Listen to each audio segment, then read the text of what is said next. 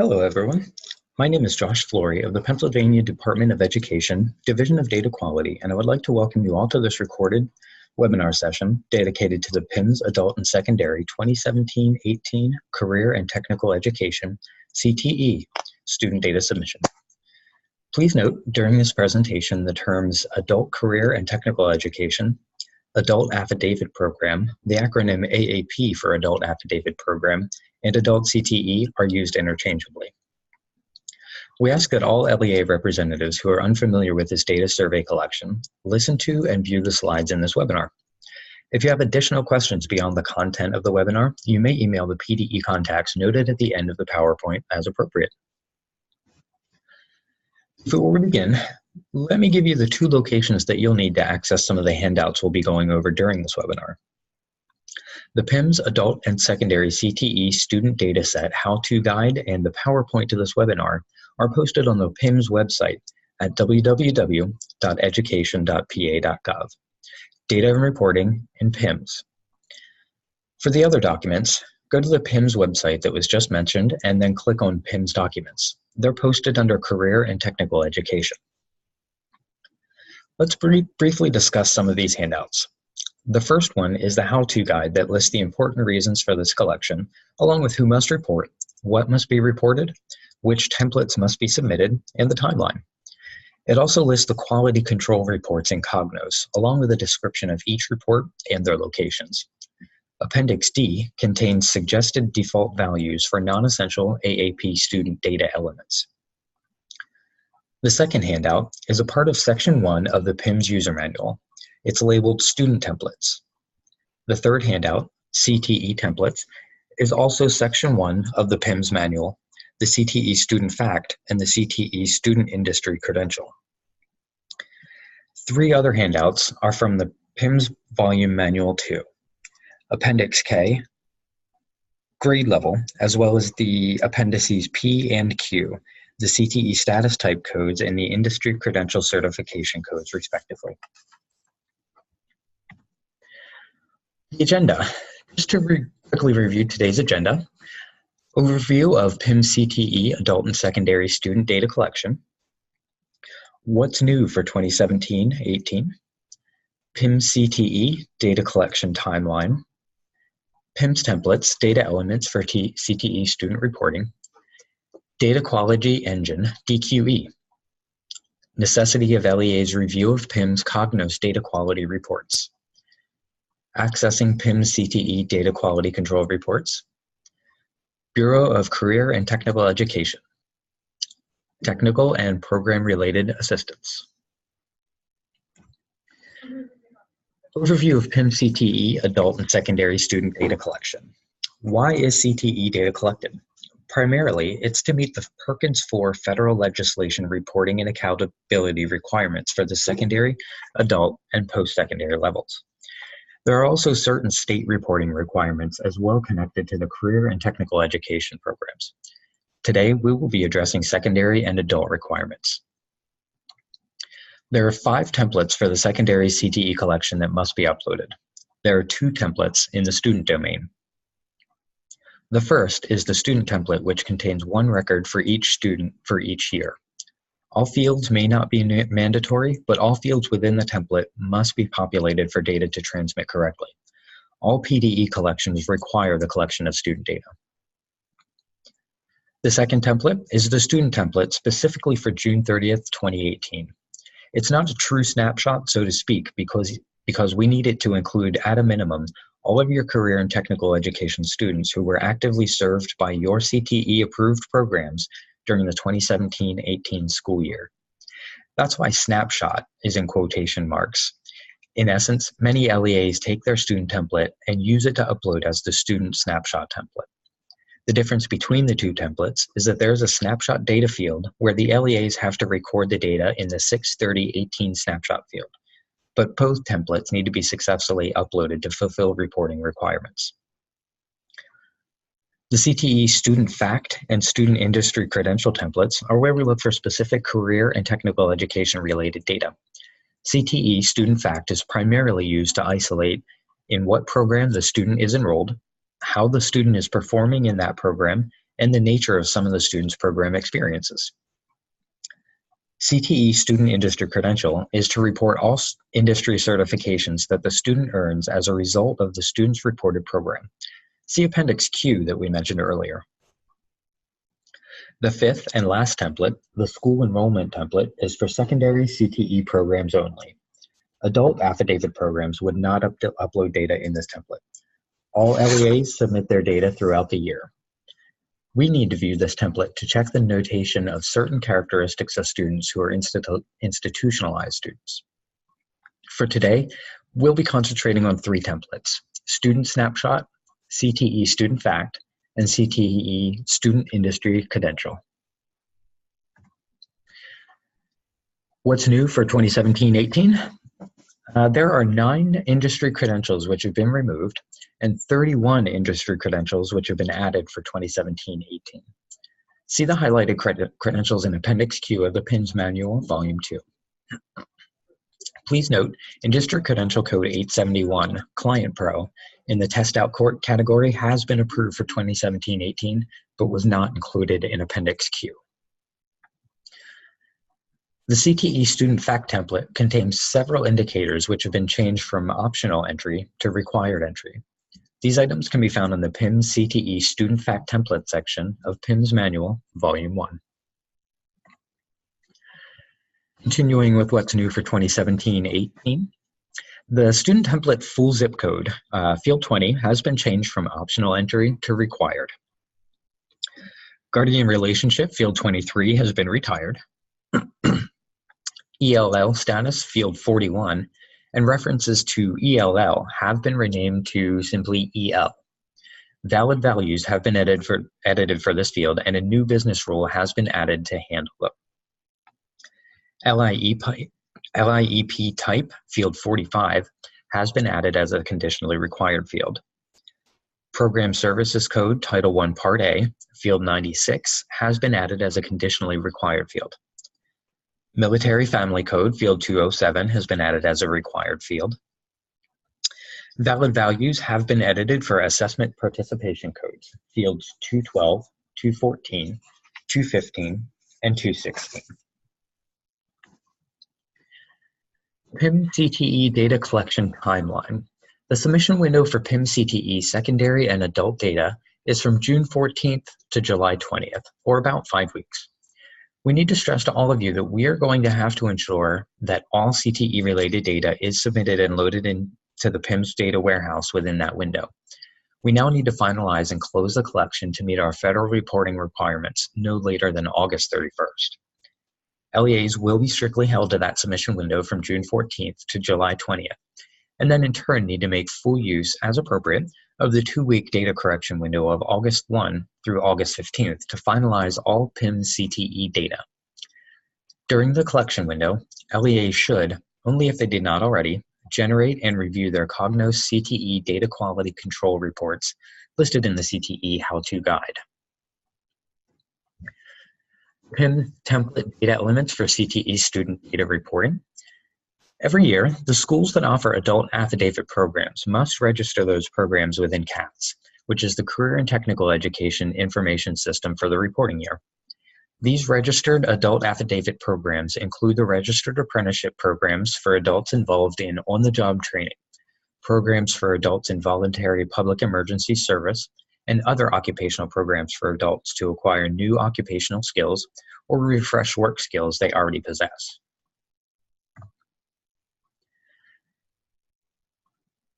Within the secondary student data collection, we need you to report students that were both actively enrolled in PDE-approved reimbursable CTE programs technical component during the 2017-18 reporting year and have completed a signed form called a PDE 408, Annual Education and Occupational Objectives for students enrolled in a PDE-approved CTE program. Non-IEP students should follow the scope and sequence as approved in CATS. IEP students can start programs early or add additional years at the end of their programs. We'll show you where to view the form PDE 408 when we review the Bureau of Career and Technical Education, BCTE, website slide. If LEAs do not use this form, they may formulate their own form as long as all data elements on the PDE 408 are included directly and directly related to the student's enrollment in the CTE program. It's very important to note that prior year 2016-17 CTE students who either did not return to your school or returned and did not enroll in your LEA's CTE program during 2017-18 as expected should not be reported at all within the CTE domain templates. That would be CTE student fact or CTE student credential. If you look at page 3 of the handout that's called CTE domain in volume 1 of the PIMS user manual, halfway down the page you will see a note with 4 numbered items. These are 4 situations when you would not report secondary students within the CTE domain templates. These situations again stress the need for secondary CTE students to have annual educational and occupational objective forms. The fact that we only collect secondary CTE student enrollments in approved reimbursable secondary CTE programs and students taking technical courses without the intention of pursuing the approved CTE program of study should not be included in your data submission. Perkins Secondary CTE Student Definitions. Perkins 4 federal legislation was developed asking all states to establish a federally approved definition of what constitutes a CTE participant and a CTE concentrator. In Pennsylvania, the definitions that were adopted and approved were that a participant is a student who successfully completes at least 10% of the approved program's technical component instruction hours, and a concentrator is a student who successfully completes at least 50% of the approved program's technical component instruction hours. We'll later discuss the data elements we use to identify these students. Adult CTE program completer reporting. To be considered a CTE program completer, adult students must 1. Complete sequence of instruction to fulfill the program's occupational objectives by the end of this reporting school year, and 2. Receive a certificate or other formal award. Secondary CTE program completer reporting. To be considered a CTE secondary program completer, a secondary CTE student must 1. Complete all secondary level competencies necessary to achieve his or her career objective or met appropriate related IEP objectives. 2. Complete a PDE approved occupational end of program assessment or complete a program which has an assessment waiver. And 3. Attain a high school diploma or equivalent. Please note, students with IEPs who participate in or take the Pennsylvania Alternate System of Assessment, PASA, in lieu of an approved state academic assessment are granted a waiver on the PDE approved end of program technical skills assessment, as long as the PASA being required for the student is documented in the student's IEP. Programs with assessment waivers or test exemptions can be found on the NOCD crosswalk located at www.careertechpa.org under Programs, Student Occupational Competency Testing, Required Forms, and Tools for Ordering. Student template. The following 2 slides are dedicated to the student template for both secondary and adult affidavit program students and some of the important fields within that template. I'll be referring to the handout labeled Student Template. The district code is the 9-digit AUN, or Administrative Unit Number, assigned to your LEA by PDE. The location code, field 2, would be the PDE assigned code used to identify your specific school location. The school year date, field 3, will have a default value of 2018-06-30. Student ID number, field 4, is the unique 10-digit PA Secure ID that every student has. Current grade level, field 10, would be a 3-digit code to identify the student's grade level. One of the handouts, Appendix K of the PIMS Manual Volumes 2, grade level, provides you a list of valid values to populate this. Adult affidavit program students are recorded as AEP in this field. All individual secondary CTE programs are geared to serve students through grade 12, and depending on the specific documented approved secondary CTE program scope and sequence, may be geared to start serving students as early as grade 9. Birth date of the student, field 14, would be entered on the same way as field 3, year, 2-digit month, and 2-digit day. Gender code of student, field 15, would have one of two valid values, M or F. If we jump 2 pages in this handout to race or ethnicity code, field 27, the valid values are listed in the sample valid values column. There are 7 selections. If a student identifies him or herself as Hispanic, use valid value 4. Use remaining 6 codes as appropriate for non-Hispanic students. The name and address fields constitute 9 fields of the student template. These numbers are listed on the slide. They are fairly self-explanatory, but I just want to mention that field 19, the state codes, can be found in Appendix D of Volume 2 of the PIMs user manual. It is very important and necessary to have the name and address information submitted in PIMs. We need it for the annual CTE Secondary Adult Follow-Up Survey communication effort to capture placement information for federally required Perkins performance indicators. Continuing with the student template, the next and final slide related to the student template identifies the fields used for federally mandated Perkins Special Population Subgroup identification. There are 5 fields. The first, Special Education, field 38, is only for secondary programs. Populate this field with the value N, which means no IEP for adult CTE students.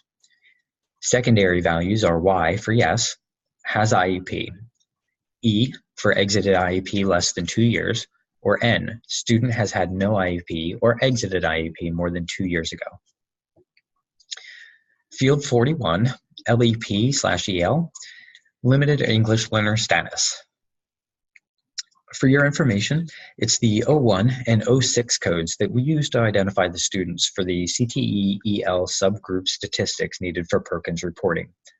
Students coded with the 01 and 06 are considered current EL students.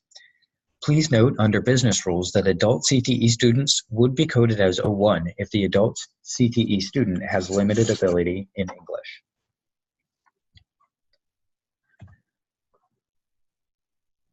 English native language is other than English or lives in a household where English is not the primary language. Otherwise, code adult CTE students as 99, never ELL. If you'll proceed 4 pages to ADA, American with Disabilities Act Status Indicator, field 70, the valid values are Y, N, or blank. For this field, you may simply make sure all students who have a Section 504 service agreement in place are coded as Y. Either use code N or leave the field blank for remaining students who do not have a Section 504 service agreement plan in place. School administrators will know which secondary or adult students have Section 504 plans in place. Jumping to the next page to Economic Disadvantage Status Code, field 88, the valid values are Y and N. Please note the business rules for further instructions. To calculate statistics for the economically disadvantaged subgroup for Perkins, we zero in on the students coded as yes. You may use the most reliable data available for this data element, such as free and reduced lunch data. Other suggested data sources are listed in the data element definition. With regard to adult CTE students in receipt of a Pell Grant or comparable state need-based financial assistance, this field should be populated with Y. Field 120, student is a single parent. Use this field to identify students who are single parents according to the definition provided, or unmarried or legally separated female students who are pregnant. Field 166, displaced homemaker. This field is primarily more applicable for use within the adult CTE collection. However, very rarely we do see a couple students identified as displaced homemaker within the secondary data collection. I suggest you email me concerning any secondary students that you believe should be coded as yes for this field, so we can verify the cases with you. A good many of this type of student are reported in the adult affidavit collection. A few special populations, categories, or subgroups that are not on this slide. Number 1 is non-traditional. We load into PIMs a list of non-traditional CIP codes. Generate non-traditional student status based on the student's gender and the CIP title that are in the non-traditional table. And number 2, migrant students. Via Perkins legislation, the feds require identification of migrant students. Migrant information is collected and loaded directly into PIMs by the Office of Migrant Education and PDE as their own data collection and identification process. CTE Student Fact. There are two templates within the CTE domain, CTE Student Fact and CTE Student Industry Credential. These are found within Volume 1 of the PIMS user manual. This slide is the first of 15 slides discussing the CTE domain templates. Let's now refer to the handout, which has a black bar title of Career and Technical Education CTE domain on the top of the first page.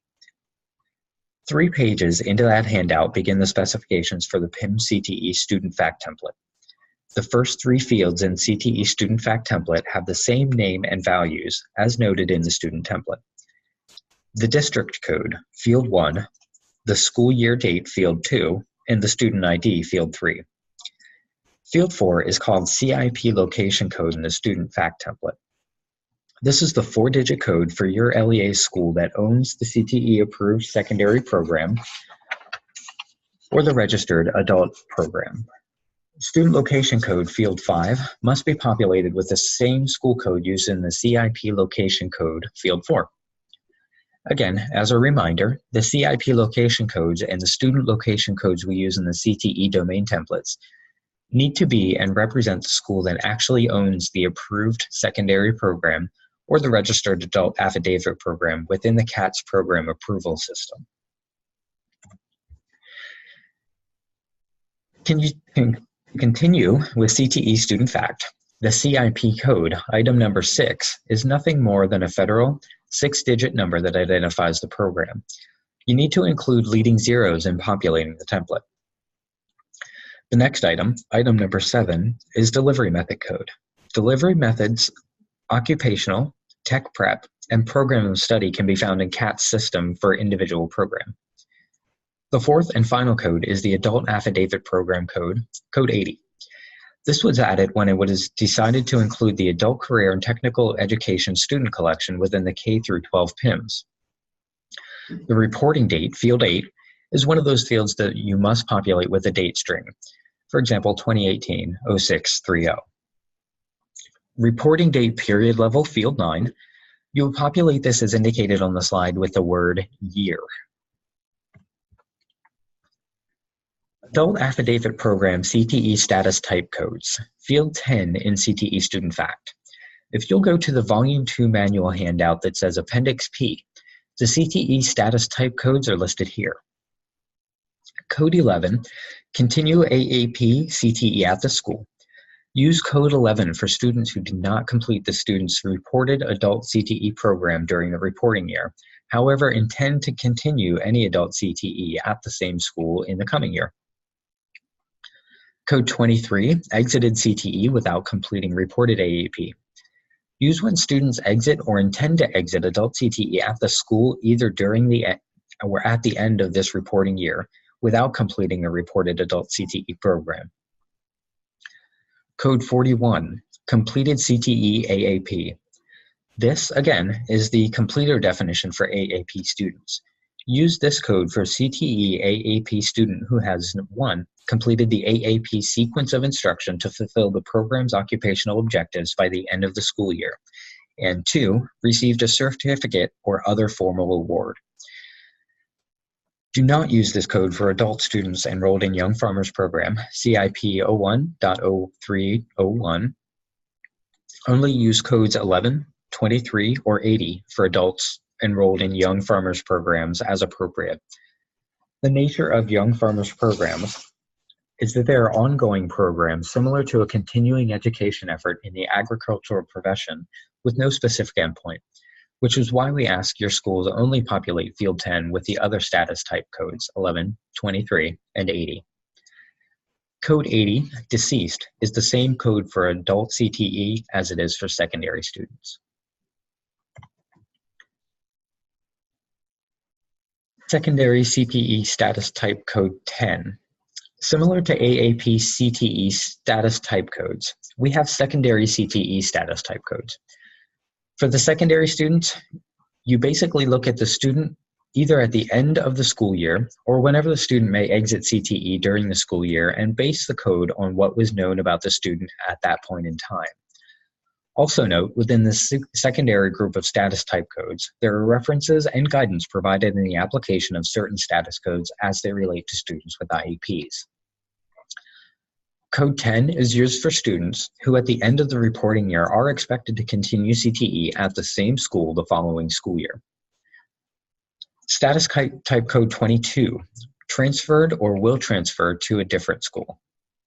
This code is the one to use when students exit CTEs to return to their sending schools, or those who exit CTE at a regular high school and then enroll at a CTC or AVTS for another type of CTE program. You can also select this code for students who are relocating out of their CERT district area. Code 28, transferred or will transfer to non-CTE program at the same school. This is where the students are staying at the same school that is serving them, but exiting the CTE program to a non-career and tech ed program at the same school. Code 30, completed CTE program and did not graduate. This is for 1, students that complete all the secondary level competencies necessary to meet their career objectives or per the handout met appropriately related IEP objectives. And 2, completed either a PDE approved occupational end of program assessment or completed a program with a skills assessment waiver. And 3, did not graduate. Continue with the secondary CTE status type codes. Code 40, completed CTE program and graduated. This code is used for CTE secondary program completers.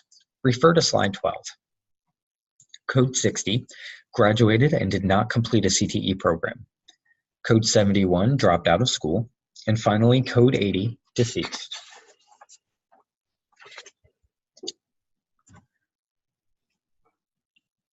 Continuing with the CTE Student Fact Template, Field 11.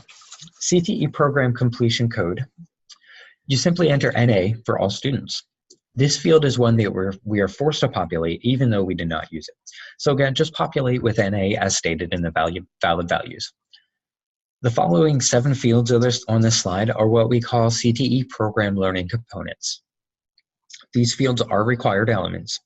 They should be populated with a Y if the CTE student actively participated in the specific program learning component during the reporting year to enhance the student's CTE program, CIP, instruction and experience. Field 12, Registered Apprenticeship Indicator. You should consider that for either your secondary or adult students. You should enter either yes or no. The rest of these learning components, fields 13 through 17 and 22, enter no for the adult students. For secondary students, if a student participated in any of these during the reporting year, enter yes. If not, enter no. The number of program hours CTE technical successfully completed. For field number 18, the number of program hours successfully completed for the adult affidavit program arena. This is also cumulative hours successfully completed over the span of the student's adult education with the reported program CIP. Within the adult environment, some of the programs are graded, others are not. The guidance for the graded programs is to report the successful completion hours based on the passing grade. For both secondary and adult, you would report 0.00 for students who received a failing grade for all CTE program technical component instruction hours received within the reported program CIP. Again, you still report the students themselves, but if they have failed all or some of the technical instruction hours, you exclude those hours of instruction tied to the student's failing grade from the total hours reported for this field. For those adult programs that are not graded, including the Young Farmers programs, you base the statistics solely on the student's hours completed in active program participation and attendance because there are no grades to calculate. Remaining with the same field, field number 18, but for secondary CTE students. We are looking for cumulative technical component instruction hours that a student successfully completed for the student's reported program CIP. meaning if this is year 2 for the student, you have to go back and add last year's and this year's technical hours successfully completed. Round the total number of hours to the nearest hundredth of an hour as the example demonstrates. Remember, the term successfully completed for graded programs is dependent on the student receiving a passing grade based on periodic report card grades issued for the student's technical component courses. Also, note that successfully completed hours for students in graded programs should be based on a student's enrollment time, not attendance time. Please also note that under no circumstances should a secondary student be reported in adult programs. Percentage of program completed, field 19. Take whatever the total hours successfully completed are in the CTE CIP and divide it by the total number of hours for the entire adult program. And again, with ungraded, you are basing the percentage on a student participation hours. For the Young Farmers program, report 1.0 for all AAP students.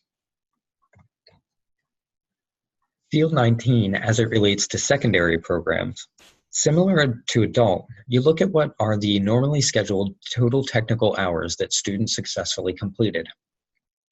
For secondary, you would use the figure or amount you just calculated, the cumulative number of successfully completed hours as the numerator. The denominator would be the total technical hours for the approved program in CAT's scope and sequence. To calculate the percentage of program completed, divide the numerator by the denominator. Keep in mind that the valid range of values is 0.00 to 100.00. Again, round percentage to the nearest hundredth of a percent as the example demonstrates. So if you're reporting 50%, it would be populated as 50.00. Do not report it as 0.5, which would equal 1/2 of 1% in PIMs and would cause inaccurate calculations of Perkins performance statistics connected to either concentrators or participants discussed on slide 10. Field 20, cumulative post-secondary credits earned in CTE student fact for secondary. You need to enter the total post-secondary credits earned as a secondary student. Again, this is cumulative in nature as well, which would include any post-secondary credits earned during a reporting year, plus the prior years, and round the credits to the nearest hundredth of a credit as indicated in the example. The note is a reminder. We're trying to zero in on formally transcripted credits, such as dual enrollment programs where the LEAs partner with post-secondary institution, and high school students are offered an opportunity to attend a post-secondary institution and simultaneously offer the students secondary and post-secondary credit. We do not want you to include any promised articulated credits. Only post-secondary credits that the student has earned while enrolled in secondary education that are already reported and exist on an official post-secondary institution student transcript.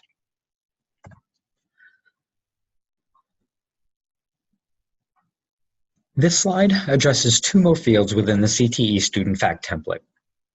These 2 fields are required for adult CTE students only.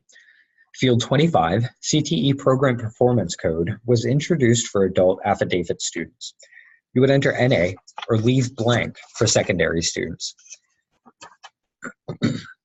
This indicates whether an adult CTE student is enrolled in a program and supported by Perkins funds and achieved a passing grade for the occupational instruction received during the reporting year. Determining this passing grade within an adult affidavit program supported by Perkins is made locally by all of you that have formal approved Perkins local plans on file with the Bureau of Career and Technical Education for the reporting school year. You would report NA if the adult CTE program is either ungraded or not Perkins funded. The next field, 26, is the Pell Grant indicator, which only applies to adult CTE students. You would not populate this field for secondary students. You should populate this field with a yes or no for adult CTE students. This demonstrates if the adult student did or did not receive a Pell need-based grant during the academic year. Again, we'll be comparing that field and cross-checking it to ensure that when we see a yes response to a Pell Grant, we'll be expecting that the adult student is properly coded as economically disadvantaged. Last field in the CTE student fact is Program of Study, or POS, Task List Completion Indicator. This is field 28. For secondary students in grade 12, this field is required. Report yes.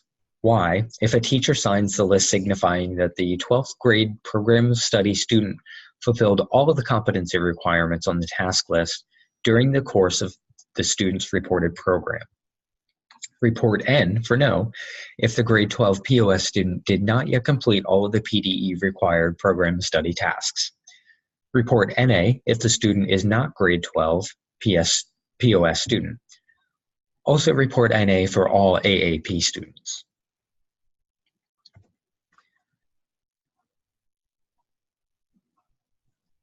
CTE student credential. This is the first of two slides related to the other template in the CTE domain, the CTE student credentials. The first 4 data elements are identical to the ones in the CTE student fact template and would be populated exactly the same. Those are district code, school year date, student ID, and student location code. The 5th field, CIP code, use the same 6-digit number here as you did in field 6 of the student fact template.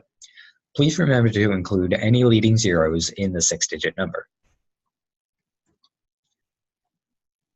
Field 6 of the student credential template, delivery method code, is identical to field 7 in the CTE student fact template and should carry the same delivery method code that was used for the student in the CTE student fact template. The 4 possible 2-digit codes depending on the delivery method of CTE instruction are for secondary, code 50, occupational, code 60, tech prep, and code 70, program of study.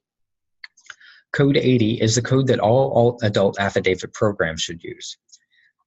Field 7, the industry credential code, would be found in Appendix Q, which is one of the handouts for this webinar.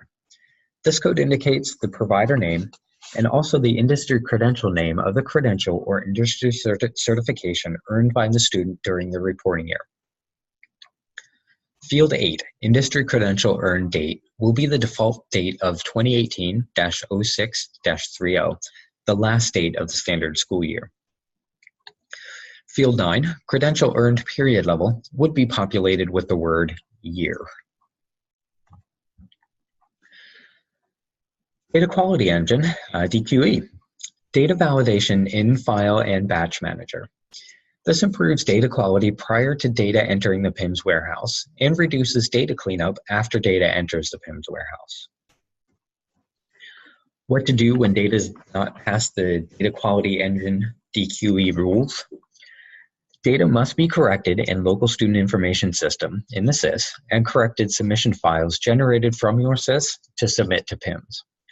If data is verified locally as correct, and Data Quality Engine data exception request must be submitted to PDE via PIMS application. Data exception requests must include solid reasons to support the specific data being questioned. We will likely not approve exception requests that simply state data is correct as reported. Program approval staff helps evaluate the rationale. Once data exception requests have been approved, please wait 30 minutes, then check Batch Manager for the green check. Extract, transform, load, ETL errors in the Batch Manager. After the DQE is approved, check to make sure the data had no errors and finished processing successfully. More errors may have occurred during ETL processing that could prevent affected records from getting into the data warehouse. Some examples might be invalid CIP codes, invalid delivery method code.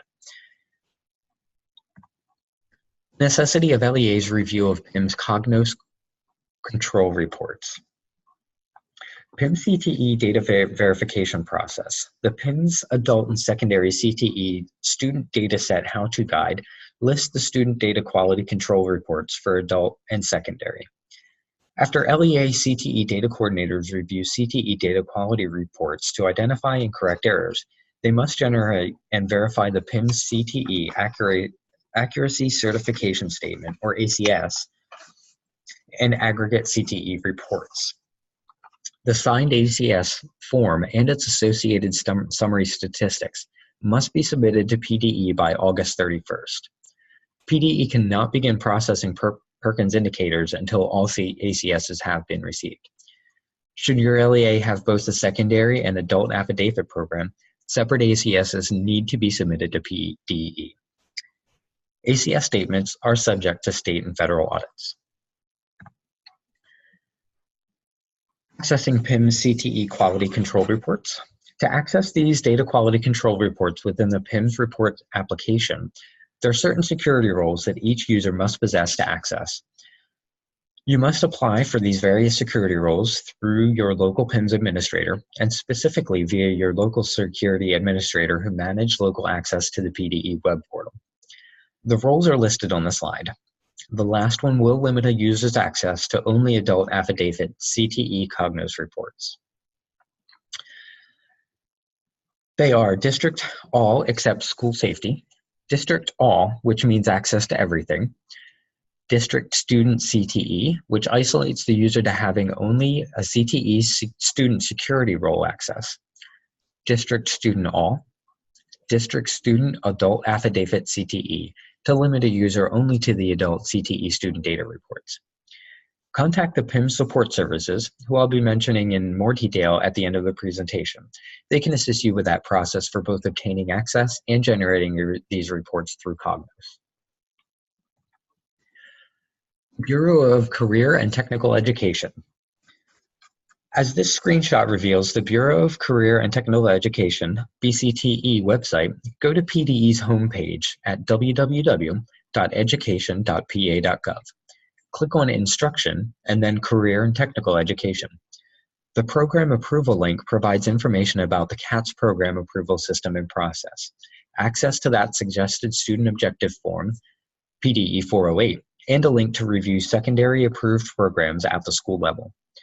This approved secondary program link is a great way to view your school's approved secondary programs for 2017-18. Also, on the BCTE site, there is information on the adult affidavit program registration process and some common FAQs for adult affidavit programs. Technical and program-related assistance. Finally, here we'll provide you with some contacts. The CTE Adult Data non-technical questions. Please contact Cheryl Wenger at the Office of Data Quality. You can email her at cwenger@pa.gov. For secondary CTE data non-technical questions, you can contact Josh Flory at the Office of Data Quality. My email is c-joshfloor@pa.gov. For Perkins Accountability System Administration questions, you can contact Kevin Sprigman at BCTE. The email is kspringman@pa.gov. For CTE CATS program approval questions, please contact Tammy Kiesling with BCTE at tkeisling@pa.gov. To continue with more technical and program-related assistance, the CTE Program of Study POS questions, you can contact Delmar Hart with BCTE at dehart@pa.gov. Industry certification questions can go to Beth Marshall with BCTE, that's betmarshall@pa.gov. Perkins Planning Process questions, please contact Monique Williams with BCTE, that's mowilliams@pa.gov. PIMS reports, Cognos access, and technical questions, contact the PIMS support services at 1-800-661-2423. And for data quality engine help, please email the RA account at ra-ddq-data-collection@pa.gov. And the mission statement, for more information on the adult and secondary 2018 CTE data collections, please contact PDE's Office of Data Quality at ra-catsdata@pa.gov. The mission of the department is to academically prepare children and adults to succeed as productive citizens. The department seeks to ensure that the technical support, resources, and opportunities are in place for all students, whether children or adults, to receive a high-quality education. And finally, I want to thank you all for listening to this webinar and hope that it answers most, if not all, of the questions you may have regarding the upcoming CTE adult and secondary data collections. If not, feel free to email me or other PDE representatives on the last two slides as appropriate. We look forward to working with you to complete this collection effort.